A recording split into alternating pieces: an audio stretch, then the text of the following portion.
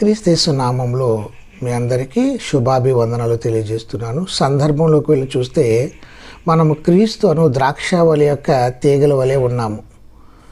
మనము క్రీస్తు శరీరములో అవయవములై ఉన్నాము. బోధంతా ఒకటే ప్రియులారా, మనం క్రీస్తు నుండి అతకబడి నిలిచి ఉండాలి, లేకపోతే చనిపోతాము. నాకు వేరుగా ఉండి మీరు ఏమీ చేయలేరని యేసు అంటున్నాడు. క్రీస్తుకు వేరుగా ఉండి మనం ఎలాంటి ఆత్మ సంబంధమైన కార్యము చేయలేము. ఆయనకు వేరుగా ఉండి దేవునికి సంతోషం ఇచ్చేది ఏమీ చేయలేము. అయితే క్రీస్తులో మనం జతపరచబడి ఉంటే ప్రతి కార్యమును చేయగలం. పౌలు అంటాడు, నన్ను బలపరిచిన వాని యందే నేను సమస్తము చేయగలను.